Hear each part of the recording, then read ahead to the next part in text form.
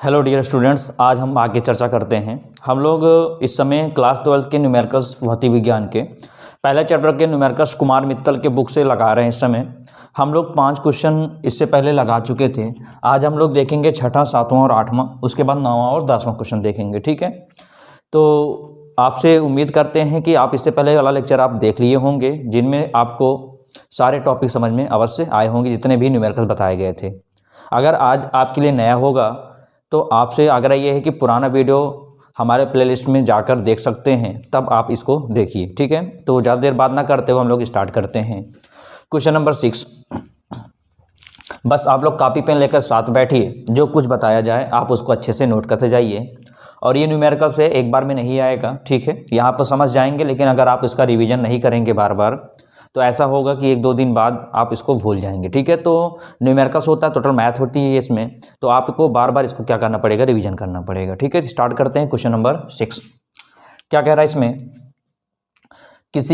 यदि किसी आवेशित चालक पर 1500 इलेक्ट्रॉन, यहाँ पर क्या बात कर रहा है, 1500 इलेक्ट्रॉनों की अधिकता है, तो उस चालक पर उपस्थित आवेश की प्रकृति क्या बताना है, आवेश की प्रकृति तथा कूलाम में आवेश की गणना। ठीक है, तो फिर से वही पुरानी बात कि आपको न्यूमेरिकल्स करने के लिए आपको ये ध्यान में रखना होगा कि क्या चीज़ हमको पता करना है, क्या चीज़ हमको ज्ञात करना है। तो यहाँ पर देखो लास्ट में क्या लिखा है, कह रहा आवेश की प्रकृति बताना है आपको, साथ साथ तथा कूलाम में आवेश की गणना, यानी क्या निकालना है आपको, आवेश। तो यहाँ हम लोग करते हैं इसका सॉल्यूशन, ध्यान दीजिएगा। यहाँ से इसका हम लोग सॉल्यूशन करते हैं। क्या निकालना हम लोग को, आवेश निकालना है, यानी आवेश क्या हो गया, क्यू, यानी क्या हो गया, क्वेश्चन मार्क हो गया। ठीक है, देखिए स्पेस का मैं इसलिए 3 क्वेश्चन एक साथ लेकर आए हुए हैं। ठीक है, थोड़ा यहाँ पर लिखेंगे ताकि आप उसको समझ जाइए। और अब यहाँ पर हमको पता चल गया कि क्या निकालना हमको, आवेश, क्योंकि लिखा क्या है, आवेश की प्रकृति तथा कूलाम में आवेश की गणना कीजिए। ठीक है, आवेश की प्रकृति मतलब क्या है, वो धनावेशित आवेश है कि ऋणावेशित आवेश है, उसको बोलते हैं आवेश की प्रकृति बोलते हैं। ठीक है, तो यहाँ पर करना क्या है, कूलाम में आवेश की गणना, तो हमने आवेश लिख दिया, आवेश इक्वल टू क्वेश्चन मार्क हो गया। अब देखिए क्या क्या हमको दिया है, तो यहाँ क्या कह रहा है, 1500 इलेक्ट्रॉनों की अधिकता, यानी क्या, स्मॉल एन कितना है, 1500 इलेक्ट्रॉन है। ठीक है, ये दिया है कितना, 1500 इलेक्ट्रॉन है। अब बताइए आपको क्यू, मान लीजिए आपसे पूछ रहा है क्यू, यहाँ पर क्यू हमसे निकालना है, मान लीजिए क्यू दिया है, एन भी आपको दिया है। क्या ई आपको नहीं पता है, ई हम लोग को पता होना चाहिए। तो ई की वैल्यू कितनी होती है, 1.6 × 10⁻⁻19 कूलाम। बस क्या फार्मूला हम लोग लगा देते हैं। फार्मूला होता क्या है, फार्मूला होता है Q बराबर N × E। ठीक है, तो हमको निकालना क्या है, हमको निकालना है Q, तो Q को हम Q ही लिख देते हैं। यहाँ पर हम लोग करते हैं ऐसे इम्प्लॉय जेड करके, तो Q को हम लोग Q ही लिख देते हैं, बराबर लगाते हैं। N की वैल्यू कितनी है यहाँ पर, 1500, तो यहाँ 1500 रखते हैं, गुना E की वैल्यू आपको पता होनी चाहिए कितनी होती है, 1.6 × 10⁻⁻19। अब इसको सॉल्व कर देते हैं। सॉल्व कैसे करेंगे, यहाँ पर कितने जीरो है, 2 जीरो लिख दीजिए। ठीक है, 16 पंचे कितना होता है, 80, तो 80 का जीरो हासिल आया कितना, 8 आ गया, और 16 एकन्नम 16, और 16 8 सा कितना, 14, यानी 24। ठीक है, बात समझ में आया। अब एक अंक पे दशमलव था, तो यहाँ पर एक अंक पे लगा दिया दशमलव, गुणे कितना हो गया, 10⁻⁻19। तो इसको लिख क्या सकते, इसको लिख सकते हैं 2400 गुणे 10⁻⁻19 कूलाम। ठीक है, अब चाहे आप इसको आंसर लिख दीजिए तब भी आपका आंसर सही है, या अभी कल वाले लेक्चर में आपको ये समझाया गया था कि हम लोग चाहते हैं कि 2 के बीच में यहाँ लगा दे दशमलव। ठीक है, क्या यहाँ पर कहीं पर दशमलव नहीं है, दशमलव यहाँ था लेकिन दशमलव के बाद जीरो था, तो हम लोग दशमलव के बाद जीरो वाला हटा दिए, तो दशमलव हट गया वहाँ से। अब बात ये पड़ती है हम दशमलव यहाँ लगाना चाहते हैं, तो दशमलव आपको लगाने कल सिखाया गया था, इकाई से दशमलव लगाते हैं। कहाँ लगाते हैं, इकाई अंश से, यानी इकाई मतलब कि यहाँ से, इकाई दहाई सैकड़ा, यानी इकाई के अंश से लगाते हैं। ठीक, तो लगा दीजिए। तो इसको यहाँ लिखते हैं Q बराबर, तो 1 2 3, यहाँ लगा दिया 2.4 गुणे 10 की घात कितना लिखा है, -19। आपको कल भी बताया गया था, अगर हम लोग इधर आएंगे, इधर मतलब हम लोग अगर बाएं तरफ आएंगे तो कितने अंक पर खिसकाए, दशमलव कितने अंक पर लगाए, 1 2 3, 3 अंक पे लगाए हैं, तो यहाँ कितना जोड़ देंगे, 3 जोड़ देंगे इसमें, तो Q बराबर कितना आ जाएगा 2.4 इंटू 10⁻⁻16 कूलम। यही इसका फाइनल आंसर आएगा। ठीक है, बात समझ में आया। अगर आप इसको भी लिखते हैं तब भी गलत नहीं रहेगा, बस दशमलव हम लोग लगा देते हैं, दिखा देते हैं दशमलव के रूप में, तो वैल्यू छोटी क्या हो जाती, वैल्यू थोड़ी सी छोटी हो जाती है, बस ये काम करना रहता है। ठीक है, तो यहाँ पर 3 अंक पे खिसकाया तो यहाँ +3 कर दिया। ठीक है, यानी बाएं तरफ आएंगे तो प्लस जाएंगे, दाएं तरफ ले जाएंगे तो माइनस लगाएंगे। ठीक है, और 19 में जब 3 को घटा दें कितना आ जाएगा -16 आ जाएगा कूलम। ये हमारा फाइनल आंसर आ गया। ठीक है, तो अगर आपको कहीं पर समस्या होती है वीडियो को बैक कीजिएगा और फिर से देखिए। ठीक है, और इसको अधिक से अधिक बार क्या कीजिए, रिवीजन कीजिए। अब आते हैं हम लोग क्वेश्चन नंबर 7 की ओर आते हैं। क्वेश्चन नंबर 7 में क्या कह रहा है, एक चालक 500 इलेक्ट्रॉनों की कमी है, एक चालक में 500 इलेक्ट्रॉनों की कमी है, इस पर आवेश की मात्रा ज्ञात कीजिए। अच्छा, यहाँ पर एक मिनट, यहाँ पर आवेश की प्रकृति पूछ रहा था, तो आवेश की प्रकृति मतलब इलेक्ट्रॉनों की अधिकता है। क्या है, इलेक्ट्रॉनों की अधिकता है, तो अधिकता आवेश की प्रति क्या हो जाएगी, ऋणात्मक भाग हो जाएगी ना। ठीक है, यहाँ पर एक चालक 500 इलेक्ट्रॉनों की कमी है, इस पर आवेश की मात्रा ज्ञात कीजिए। ठीक है, इसको देखिए, इसको कैसे लगाएंगे हम लोग। एक चालक 500 इलेक्ट्रॉनों की कमी है, इस पर आवेश की मात्रा ज्ञात कीजिए। क्या निकालना है आपको, आवेश की मात्रा, यानी क्या निकालना है, Q इक्वल टू क्या निकालना है, क्वेश्चन मार्क। ठीक है, क्या लिखना है यहाँ पर, क्वेश्चन मार्क। अब आगे क्या बात कर रहा है, यहाँ से हमको दिया क्या है, n बराबर कितना दिया है 500, कितना दिया है 500 दिया है, और हम लोग E की वैल्यू जानते हैं कितना 1.6 इंटू 10⁻⁻19 कूलम की वैल्यू होती है। ठीक है, ये हमारा E निकल गया। फॉर्मूला हम लोग को पता है क्या, फॉर्मूला हम लोग को पता है Q बराबर कितना होता है N इंटू E, तो इसकी वैल्यू यहाँ पर रख देते हैं। N की वैल्यू कितनी है, N की वैल्यू है 500 गुना E की वैल्यू कितनी है 1.6 गुणे 10⁻⁻19। अब इसको सॉल्व करते हैं तो Q बराबर, अब दशमलव थोड़ी देर के लिए दशमलव भूल जाया करिए, आप लोग थोड़ी देर के लिए दशमलव भूल जाया करिए। 16, देखो 2 जीरो बढ़ा दो, यहाँ से बढ़ा दिया, और 16 पंचे कितना हो गया 80 हो गया। बात समझ में आया, 2 जीरो उतार दीजिए यहाँ से, और 16 पंचे 80 हो गया। यहाँ पर एक अंक पे दशमलव है, तो यहाँ पर एक अंक पे क्या लगा दिया, दशमलव लगा दिया, गुणे 10⁻⁻19। ठीक है, अब इसको सॉल्व कर लीजिए, तो ये आएगा कितना 800 गुणे 10⁻⁻19 कूलम। अब आगे आपकी इच्छा है, आगे आपकी इच्छा है कि दशमलव यहाँ पर लगाएं या इसके आगे लगाइए। मान लीजिए अगर आप दशमलव लगाना चाहते हैं तो लगा दीजिए, क्या Q बराबर, इसको यहाँ पर लगाना चाहते हैं तो यानी इसको 8 बनाना चाहते हैं तो 8.00 गुणे 10⁻⁻19। कितने अंक पे दशमलव खिसका रहे हैं, 2 अंक पर। कहाँ खिसका रहे हैं, बाएं तरफ, तो कितना जोड़ देंगे इसमें, +2 जोड़ देंगे। ठीक है, तो आपका फाइनल जो आंसर आ जाएगा वो आएगा Q बराबर 8 गुणे, दशमलव के बाद जीरो कोनो मतलब होता नहीं है, दशमलव के बाद जीरो कोई वैल्यू होती नहीं है, तो 8 गुणे और 19 में 2 को घटा दीजिए, 10⁻⁻17, ये -17 है, थोड़ा ध्यान दीजिए, कितना है ये 10⁻⁻17 कूलम। थोड़ा प्लस माइनस का विशेष ध्यान दीजिएगा, ये आपका आंसर आ गया। ठीक है, उम्मीद करते हैं ये क्वेश्चन भी आपको समझ में अवश्य आया होगा। ठीक है, हम लोग step by step Kumar Mittal के बुक के हम लोग स्टेप बाय स्टेप एक एक क्वेश्चन लेकर आपके सामने आए हुए हैं। ठीक है, आगे बढ़ते हैं। क्वेश्चन नंबर 8 क्या कह रहा है, यदि शुद्ध जल का परावैतांक 81.0 हो तो इसकी निरपेक्ष वैद्युतशीलता कितनी होगी। क्या पूछ रहा है, निरपेक्ष वैद्युतशीलता कितनी होगी। ठीक है, तो आइए इसको सॉल्यूशन करते हैं, ध्यान दीजिएगा।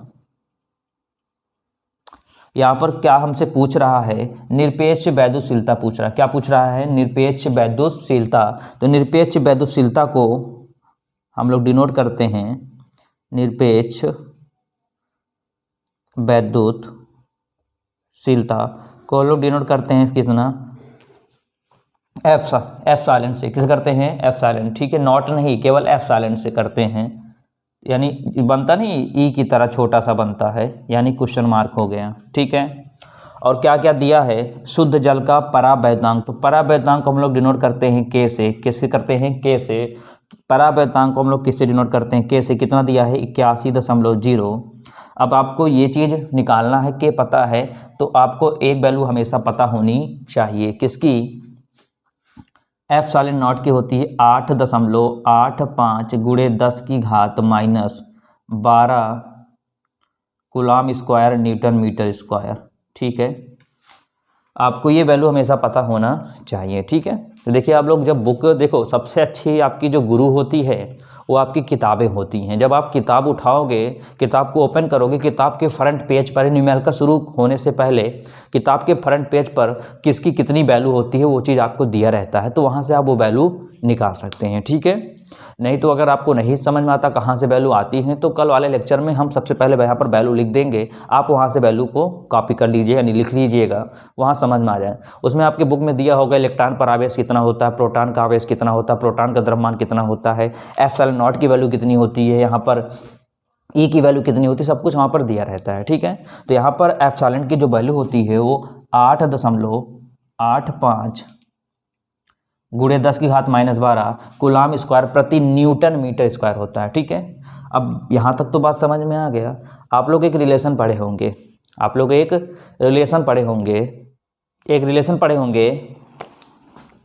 यहाँ पर। ठीक है, क्या पढ़े होंगे, एफ सालिन नॉट इक्वल टू के इंटू एफ सालिन नॉट, ये एक रिलेशन होता है। ठीक है, अगर आप थ्योरी पढ़े होंगे तो वहाँ पर ये रिलेशन आपको बताया गया होगा। ठीक है, क्या होता है, निरपेक्ष की जो वैद्युतशीलता होती है वो किसके बराबर होती है, परावैद्यांक और वायु की निर्वातशीलता, समझ रहे हैं, वायु की निर्वातशीलता के गुणनफल के बराबर होती है। तो F इक्वल टू होता है कितना, के एफ सालिन नॉट के इक्वल होता है। तो हम वैल्यू यहाँ से रख देते हैं सबकी वैल्यू। अगर ऐसा नहीं पढ़ा होगा तो कुछ इस तरह पढ़ा होगा, कैसे हम यहाँ बता देते हैं, ये इस तरह पढ़ा होगा, K equal to F upon epsilon naught, इस तरह पढ़ा होगा। ठीक है, वही अगर हमको इसकी वैल्यू निकालना है तो नीचे भाग में है, ऊपर आया क्या हो गया, गुणा में बन गया है। ठीक है, यहाँ से वैल्यू पुट कर देते हैं हम लोग, तो यहाँ से हो जाता है एफ सालिन इक्वल टू के की वैल्यू कितनी है, 81.0 गुणे एफ सालिन का मान कितना है, 8.85 गुणे 10 की घात -12। आप इसको गुणा करा दीजिए। 81.0 को हम लोग क्या 81 नहीं लिख सकते हैं, 81 लिख सकते हैं, तो 81 गुणे 8.85 गुणे 10 की घात -12। अब इनको आपस में गुणा करा दीजिए। ठीक है, तो जब गुणा कराएंगे कितना आएगा देख लेते हैं, गुणा कराकर 8 8 5 8 1, दशमलव भूल जाइए थोड़ी देर के लिए, तो 1 पंचे 5, ये 8 हुआ, यहाँ पर हुआ 8 पंचे 40 के 4, 8 टाइम 64, 64 4 68, आप 6 आया, और 8 टाइम 64 64 और 6 70 हो गया, ये हुआ 5, ये हुआ 8 8 8 16 और ये 7, कितना आया यहाँ पर इंटू कराने के बाद, ये आया एफ सालिन इक्वल टू 716 और 8 5 आया, और 2 अंक पे दशमलव था, 2 अंक पे दशमलव लगा दिया, गुणे 10 की घात -12, और मात्रक क्या था इसका, coulomb square newton meter square, ये आई इसकी वैल्यू। ठीक है, तो उम्मीद करते हैं आपको ये अलग भी क्वेश्चन समझ में अवश्य आया होगा। जो लोग नए जुड़े होंगे हमारे साथ, अगर उनको ये सब क्वेश्चन समझ में आ रहा होगा तो वीडियो को लाइक करें और शेयर करें, और अगर अभी तक चैनल को सब्सक्राइब नहीं किया होगा तो चैनल को अवश्य सब्सक्राइब कर दें, जिससे ये आपको यहाँ पर फिजिक्स का एक एक न्यूमेरिकल थ्योरी और डेरिवेशन आपको प्रोवाइड कर दिया जाएगा, जिससे आपकी पढ़ाई अच्छे से हो सके। तो हम आगे बात करते हैं नेक्स्ट क्वेश्चन नंबर 9 की ओर। इसको लिख लीजिए आप सभी लोग। चलते हैं आगे बात करते हैं हम लोग क्वेश्चन नंबर 9 की ओर। क्वेश्चन 9 ध्यान से देखिएगा, ध्यान से पढ़िएगा। अब थोड़ा अभी तक हम लोग इजी क्वेश्चन चल रहे थे, क्योंकि क्वेश्चन स्टार्टिंग से मित्तल बुक में स्टार्टिंग से इजी है, धीरे धीरे फिर कठिन की ओर बढ़ाए हैं। ऐसे हम लोग भी स्टार्टिंग से मीडियम मतलब एकदम आसान सा क्वेश्चन, उसके बाद धीरे धीरे लेवल इसका बढ़ता जा रहा है। ठीक है, तो अब क्या है, दो प्रोटॉनों के मध्य लगने वाले प्रतिकर्षण बल की गणना कीजिए जबकि उनके बीच की दूरी 4.0 × 10⁻⁻15 मीटर है। ठीक है, अभी तक Q बराबर NE के बेस पर हम लोग न्यूमेरिकल्स लगाए। अब हम लोग आते हैं कूलाम के नियम के बेस पर। ठीक है, कैसे पता लगा कि हमको यहाँ पर कूलाम के नियम लगने वाला है? तो आप लोग परिभाषा भी पढ़े हैं, थ्योरी पढ़े हैं, डेरिवेशन भी पढ़े हैं। यहाँ पर देखिए क्या कह रहा है, मध्य लगने वाला प्रतिकर्षण बल। तो हम लोग जानते हैं प्रतिकर्षण बल हो या आकर्षण बल हो, ये लगता है किसमें, कूलाम के नियम में होता है। ठीक है, और यहाँ पर दिया क्या है, बीच की दूरी भी हम लोगों को दिया है। ठीक है, तो हम लोग देख लेते हैं क्या चीज़ हमको फाइंड करना है, क्या चीज़ हमको निकालना है। तो बोला दो प्रोटॉन के मध्य लगने वाले प्रतिकर्षण बल की गणना कीजिए। तो बल चाहे प्रतिकर्षण हो चाहे आकर्षण हो, तो बल को हम लोग किससे डिनोट करते हैं, F से, यानी F इक्वल टू कितना हो गया, क्वेश्चन मार्क हो गया। ठीक है, यहाँ पर अब ऐसा मत लेना प्रतिकर्षण बल है तो कुछ सर और कोई सिंबल, ऐसा नहीं है। बल तो बल हो, चाहे प्रतिकर्षण हो चाहे आकर्षण हो, डिनोट करते हैं किससे हम लोग, कैपिटल F से। F मतलब होता है फोर्स होता है। ठीक है, F equal to question mark हो गया, राइट। अब आगे ध्यान दीजिए क्या क्या दिया है हम लोग को, दिया है बीच की दूरी, यानी R दिया है। R मतलब होता है रेडियस यानी त्रिज्या यानी कि दूरी, कितना दिया है, 4.010⁻⁻15 मीटर। ठीक है, अब यहाँ पर ये दिया है, हम लोग जानते हैं कि अगर कोई दो स्थिर बिंदु होते हैं, मान लीजिए यहाँ पर, मान लीजिए कोई दो स्थिर बिंदु, यहाँ पर एक है, एक यहाँ पर है, या मान लीजिए यहाँ पर एक बिंदु है, दूसरा बिंदु यहाँ भी है, और यहाँ पर दो स्थिर बिंदु हैं जिनके बीच कौन सा बल लग रहा है, इनके बीच क्या लग रहा है, प्रतिकर्षण बल लग रहा है। तो यहाँ पर क्या लगता है, F equal to 1/4πε0 Q1 Q2/r²। यहाँ पर बल का फॉर्मूला लगता है, क्या लगता है, 1/4πε0 Q1 Q2/r²। यहाँ पर हमको R की वैल्यू पता है कितना, 4.0 × 10⁻⁻15। इसकी वैल्यू हम लोग को पता होती है, 1/4πε0 की वैल्यू पता होगी। जब आप लोग कूलाम का नियम पढ़े होंगे तब वहाँ पर आपको बताया गया होगा कि 1/4πε0 की वैल्यू होती है 9 × 10⁹ होती है। ठीक है, लेकिन हमको क्या नहीं पता, Q1 और Q2 नहीं पता, और बिना Q1 और Q2 को हम लोग ये क्वेश्चन सॉल्व नहीं कर सकते हैं। अब ध्यान दीजिए कैसे निकाला जाएगा यहाँ से Q1 Q2। देखिए क्या कह रहा है, दो प्रोटॉनों के मध्य लगने वाले, दो प्रोटॉनों के मध्य, तो जो प्रोटॉन पर आवेश का मान होता है, जो प्रोटॉन पर आवेश मान होता है वो समान होता है। क्या होता है, समान होता है, यानी Q1 इक्वल टू Q2 कितना, Q1 इक्वल टू Q2 कितना होता है, 1.6 × 10⁻⁻19 कूलाम। बात समझ में आया, बात समझ में आया ये चीज़ें। यहाँ पर प्रोटॉन की बात करता है, तो मान लीजिए एक प्रोटॉन यहाँ पर स्थित है, एक प्रोटॉन यहाँ पर स्थित है, और दोनों के बीच कौन सा बल लग रहा है, प्रतिकर्षण बल लग रहा है। तो इनमें जो आवेश का मान होगा वो दोनों क्या होगा, समान होगा, यानी आवेश का मान कितना होता है उनमें, 1.6 × 10⁻⁹ कूलाम। ठीक है, चलिए यहाँ से हमको सब कुछ पता लग गया। अब हम लोग फार्मूला को अप्लाई करते हैं। फार्मूला होता कितना है, F equal to 1/4πε0 Q1 Q2/r²।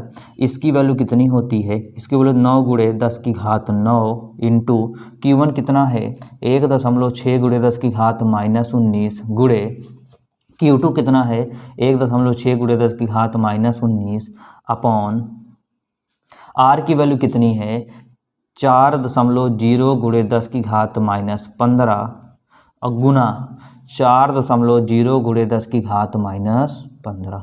फिर समझ जाइए, हमसे ऐप पूछ रहा है, R दिया गया है और हम लोग Q1 Q2 निकालना है, तो प्रोटॉन पर जो आवेश होता है वो समान होता है, यानी Q1 इक्वल टू Q2 कितना होगा, 1.6 × 10⁻⁻19 कूलाम होता है। ठीक है, और हमने यहाँ से अब इसका कूलाम के नियम वाला फार्मूला लगा दिया, F equal to 1/4πε0 Q1 Q2/r²।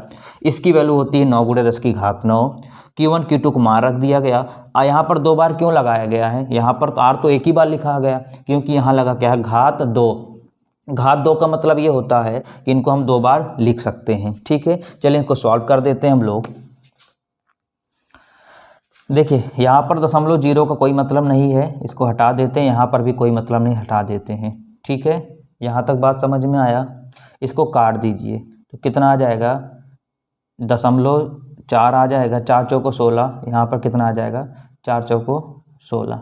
ठीक है, बात समझ में आ रही है?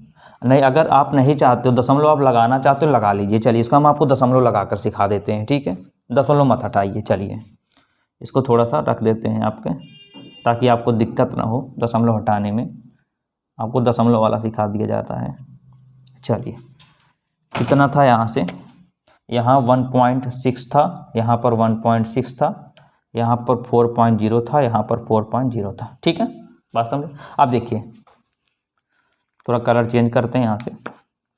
इकाई से अंक पर एक दशमलव कट गया, इधर एक कट गया, बराबर में कटेगा। इकाई से एक अंक पे था, इकाई से एक अंक पे था, यहाँ से इकाई से एक अंक पे, यहाँ से इकाई से एक अंक पे। बात समझ में आया? चलिए यहाँ आया कितना, 9 गुणे 10 की घात 9 गुणे 16 गुणे 10 की घात -19 गुणे 16 गुणे 10 की घात -19। यहाँ पर देखिए इसको 40 है ना, ये 40 है, 40 को हम लिख दीजिए 4 गुणे 10 लिख दीजिए, गुणे 10 की घात -15। ठीक है, गुणे 40 को लिख दिए 4 गुणे 10 और गुणे 10 की घात -15। देखिए ये आपके ऊपर निर्भर करता है, आपके ऊपर डिपेंड करता है कि आप इसको किस तरह इसका सॉल्यूशन किस तरह करते हैं। ठीक है, अगर आप ऐसा चाहते हो कि हमारी तरह सॉल्यूशन करो तो ऐसा नहीं हो सकता। कारण ये है कि हो सकता है हम इसको छोटे में काट दें, हो सकता है इसको दशमलव ना हटा के हम लोग डायरेक्ट भाग दे दें, या हो सकता है आप इसको 2 से काट दो, पहले 16 काटो फिर 40 को काटो।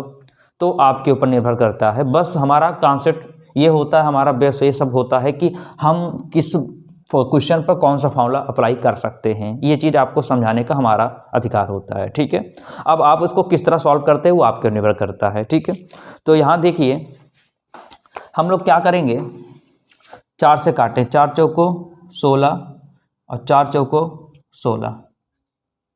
बात समझ में आ गया? अब देखिए 4 चौको, देखो 4 चौको 16 और 16 नवैया होता है 144। कितना आ गया, 144 गुणे।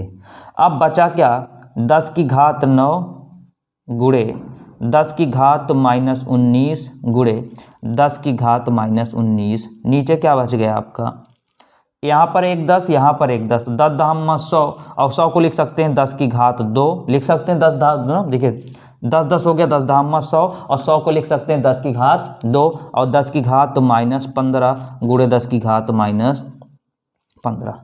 अब आप क्या करेंगे, 10 की घात को एक साथ इकट्ठा कर लेंगे, हमारा आंसर आ गया। तो कैसे इकट्ठा करेंगे, 144 गुणे, अब देखिए यहाँ भी 10 है, यहाँ भी 10, यहाँ भी 10 10 आधार से में घातें जुड़ जाएगी, तो -19 और -19 कितना आ गया, माइनस कितना आ गया, 38 आ गया। 38 में कितना घटा देंगे, +9 घटा देंगे। यहाँ लिखा ना है +9। बात समझ में आ रहा है या नहीं? आपको समझ में आ रहा है तो कोई दिक्कत नहीं। इधर देखिए -19 -19 -38 हो गया, -15 -15 -30, बात दीजिए -30। चलो अच्छा सॉल्व भी कर दे, यहाँ पर हटाइए, नहीं तो आप सोचेंगे कहाँ कितना कर दिया जा रहा है। ठीक है, तो देखिए एक बार में हम समझा रहे हैं अच्छे से, आप इसको घर पे लगाइएगा। ठीक है, एक बार हम बता देते हैं विधिवत तौर तरीके से, थोड़ा लंबा लेकर जाएंगे लेकिन आपके समझ में आ जाएगा। ठीक है, उसके बाद फिर आपकी इच्छा है कितना शॉर्ट इसको करेंगे। ठीक है, अगर हम यहाँ पर शॉर्ट कर देते हैं तो आपको समझने में काफ़ी दिक्कत हो जाएगी, तो अब हम डायरेक्ट करते हैं, विस्तार पूर्वक कर देते हैं। ठीक है, देखिए 144 गुणे 10 की घात 9 गुणे, अब 10 की घात -19 -38 अपॉन, अब देखिए -15 माइनस माइनस कितना हो गया, प्लस, यानी -30 हो गया, और 10 की घात कितना हो गया, 2। यहाँ तक समझ में आया? फिर से देख लीजिए क्या किया, एक अंक पे यहाँ का, एक अंक पे यहाँ, एक अंक पे यहाँ कर दिया। तो यहाँ से क्या किया हमने, 40 को लिख दिया 4 गुणे 10, 10 चौको 40 लिख सकते हैं, 40 को 4 गुणे 10, फिर 4 चौको 16, 4 चौको 16, 4 चौको 16 9 144, 10 घात 9, सब कुछ 10 की घात रूप में लिख लिया गया। यहाँ माइनस माइनस माइनस 38 हो गया, माइनस माइनस माइनस 30 हो गया। ठीक है, अब आया कितना, 144 गुणे, अब ध्यान दीजिए 10 की घात 9 गुणे 10 की घात -38। अब ध्यान दीजिए ये 10 की घात माइनस, ये 10 घात जो प्लस है, ये जब ऊपर जाएगा, कहाँ पर, अंश में जाएगा, तो क्या बन जाएगा, 10 की घात -2 बन जाएगा। और ये जो 10 की घात -30 में है ये अंश में जाएगा तो क्या बन जाएगा 10 की घात +30। नीचे हो गया काम इसका ख़त्म हो गया। तो आया कितना 144 गुणे, अब देखिए -38 और -2, -38 -2 कितना हो जाएगा, -38 और -2 कितना हो जाएगा -40। ठीक है, अब -40 में कितना घटा देंगे, जब यहाँ लिखा क्या 30 को जब घटा देंगे तो कितना आ जाएगा -10, और जब -10 में +9 घटा देंगे तो कितना आ जाएगा -1। फिर से बात समझिए, घातों का आपस में गुणा कर लेते जोड़ और घटाव कर लेते हैं। ठीक है, -38 -2 माइनस प्लस यानी -40 आ गया।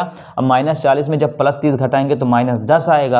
अब -10 में कितना घटा देंगे, 9 को घटा देंगे तो -1 आ जाएगा। तो कितना आया 10 की घात -1।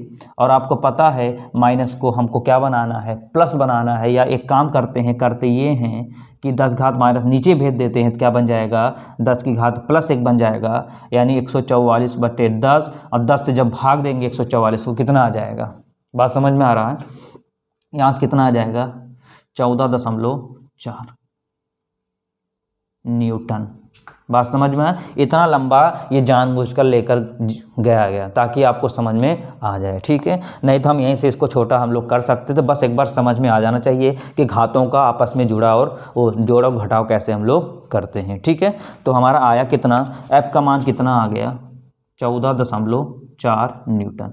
तो आप एक बार दो बार प्रैक्टिस करेंगे तो आपको आ जाएगा। बात समझ में आ रहा। नहीं तो हम लोग इतना लंबा कि यहीं से हम लोग कर सकते तो 19 38 कर सकते थे। यहाँ से 15 ऊपर ले जाते तो +30 बन जाता, 38 में 30 घटा 8 बन जाता, और 9 में से 8 घटा तो -1 आ जाता, ऑटोमेटिक वैसे आ जाता। ठीक है, तो आज का सेशन इतना ही, आपको समझ में अवश्य आया होगा। यदि कहीं पर दिक्कत होती हैं तो आप हमारे कमेंट बॉक्स में मेंशन कीजिए, अपने डाउट को मेंशन कीजिए, जहां पर आपके सभी डाउट्स को क्लियर किया जाएगा। और अगर आपको वीडियो चाहिए, ऐसे ही लगातार वीडियो चाहिए न्यूमेरिकल्स का, और भी बहुत सारे इंपॉर्टेंट वीडियो चाहिए पढ़ाई से संबंधित, तो अभी तक चैनल सब्सक्राइब नहीं किया, चैनल को अवश्य सब्सक्राइब करिए। तो कल फिर मिलते हैं, इसके आगे लेकर आएंगे हम लोग क्वेश्चन।